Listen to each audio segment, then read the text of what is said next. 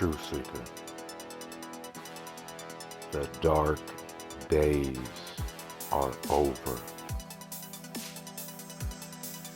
See, a sovereign shall reign in righteousness, and rulers rule in right ruling. And each one shall be a hiding place from the wind and a shelter from the downpour, as rivers of water in a dry place, as the shadow of a great rock in a weary land. And the eyes of those who see are not dim, and the ears of those who hear listen. You have your eyes on and your ears open.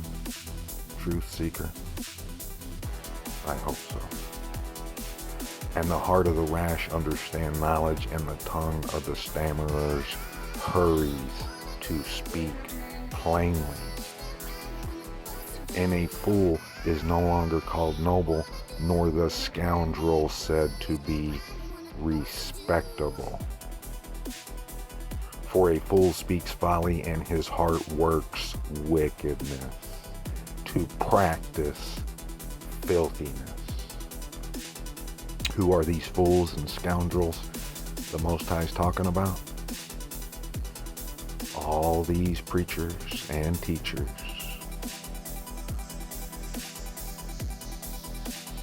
still caught up in Babylon. The practice of filthiness, the holidays, names of blasphemy, standing with Israel, the image of the beast, the abomination that is laying waste. Even the straightest of them are like a thorn hedge. They stand in the way of you getting to the set-apart place. And to speak against Yahuwah that which misleads, to starve the being of the hungry, and to withhold the drink from the thirsty. And the methods of the scoundrel are evil. He has devised wicked plans to destroy the poor with words of falsehood. The poor isn't someone who doesn't have much money. The poor and the needy are those who don't have a home. They don't know where the Most High's dwelling place is. They don't know about the Lamb. They think following the Lamb is going twice on Sunday and once on Wednesday. They think following the Lamb is saying, I accept Jesus Christ as my personal Lord and Savior. That's what they think following the Lamb means. It doesn't. Following the Lamb is doing what Messiah did. He went to the house. It was a big deal to him to go have Passover. His Father's house was priority numero uno. You dig? So anyone that's not telling you that you have to come in and come out, they are devising wicked plans. They're destroying you with words of falsehood. Even though the needy pleads for right ruling. But the generous one devises what is generous, and by generous deeds he rises up. Rise up, you women who are at ease, you congregations, you churches, you assemblies. Hear my voice. Rise up, you complacent daughters. Complacent daughters. Sound familiar? Yeah, all these people who could give a rat's behind about following the Lamb. They believe they're getting raptured. But now I think they're starting to lose the pre-trib rapture theory. They're starting to move on to the post-trib. Now, it's all wickedness and falsehood. Listen to the Most High's speech. In little more than a year you shall be troubled, you complacent women, for the grape harvest shall fail, the rapture shall not come. See? Tremble, you women who are at ease. Be troubled, you complacent ones. Strip yourself, make yourselves bare, and gird sackcloth on your waist. Lament upon the breast. For what? For the pleasant fields, for the fruit-bearing vine. It should be everything to you. And if it's not, you know what you are not? You are not the remnant. You're not the 144. You're not a child of the Most High.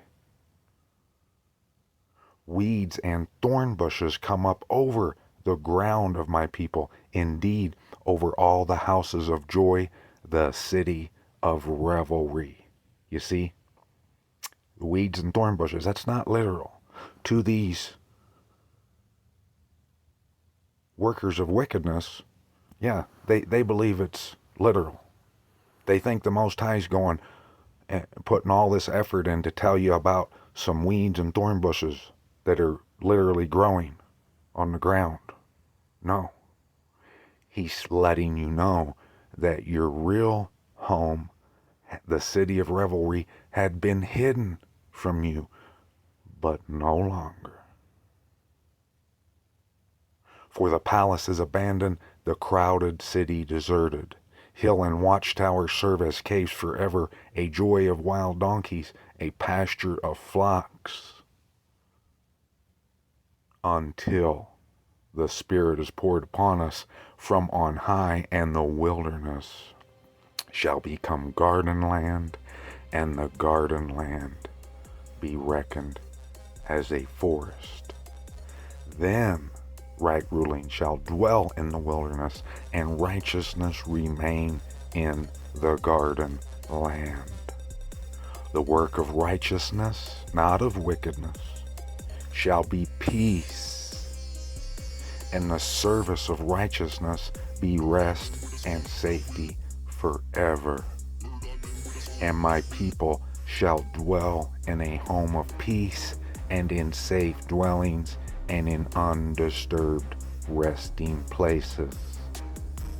Even when those hailstones shall fall, felling the forest, and the city of Babylon, of Israel, be brought low in humiliation. And it's being brought low in humiliation. Every time I look at it or think about it, I think of what idiots, what wickedness it is.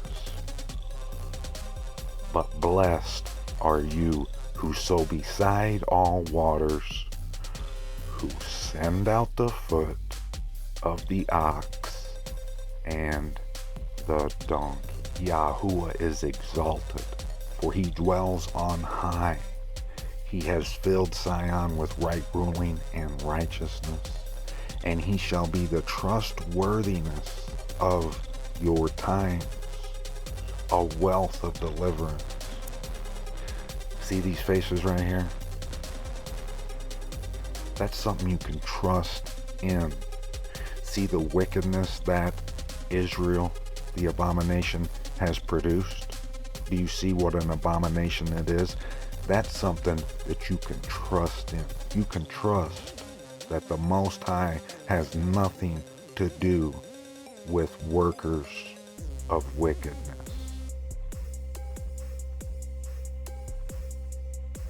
This rock, all this proof that I've been sharing with you, you can trust in it. It's a wealth of deliverance, wisdom, and knowledge. The fear of Yahuwah. All that is our treasure. See, their brave ones shall cry outside. The messengers of peace weep bitterly until they get here.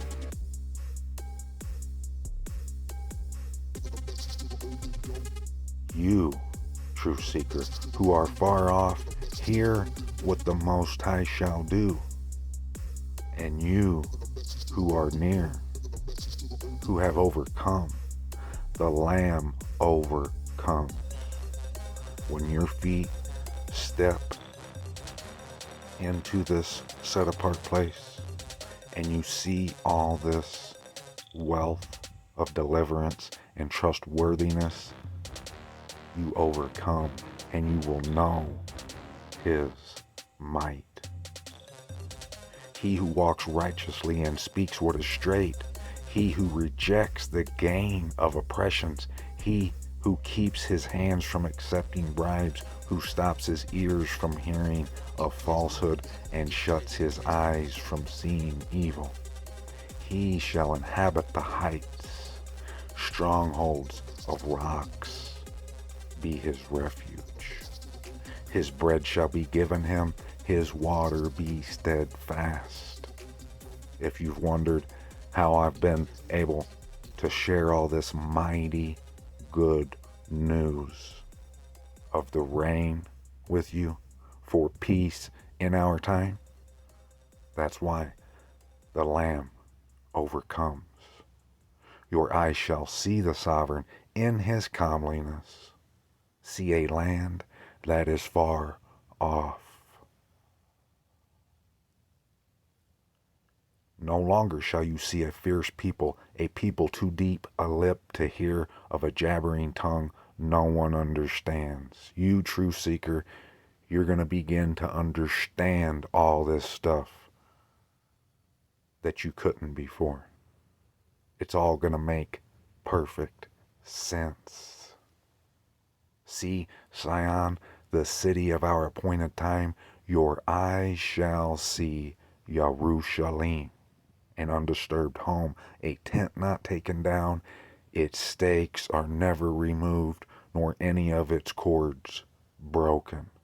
But there, right here, great is Yahuwah for us, a place of broad rivers, streams in which no boat with oars sails, nor big ships pass by.